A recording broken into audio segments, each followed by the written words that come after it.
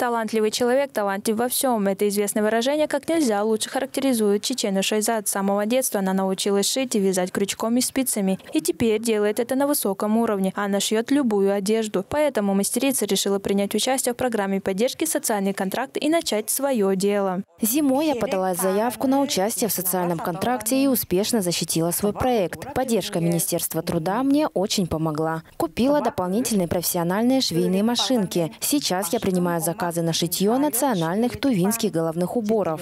На вопрос, почему именно головные уборы, швея отвечает, что изначально ее целью было изготовить их для своих сыновей, а дальше уже, как говорится, пошло-поехало. Чтобы стать профессионалом в данном ремесле, женщина прошла полный курс по моделированию и изготовлению тувинского головного убора.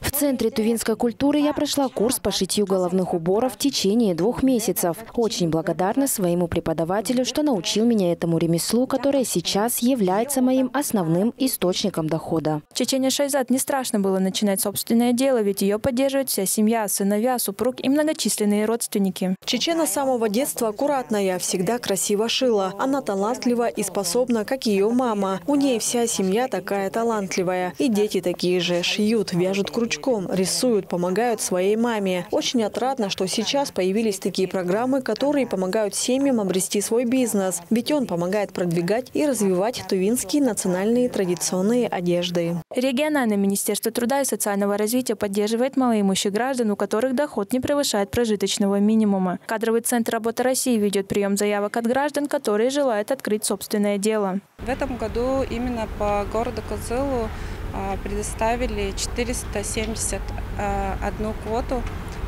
Пока мы выполнили 88. В течение всего года, то есть до конца 2024 года, вы можете подать документы для участия в социальном контракте и открыть собственное дело, либо личное подсобное хозяйство. Благодаря социальному контракту можно открыть свое дело, развить личное подсобное хозяйство, пройти переобучение, устроиться на работу, а также получить поддержку в трудной жизненной ситуации. Айсу Мангуш, Владимир Сюртюк, Азамат Очур, телеканал Тува-24.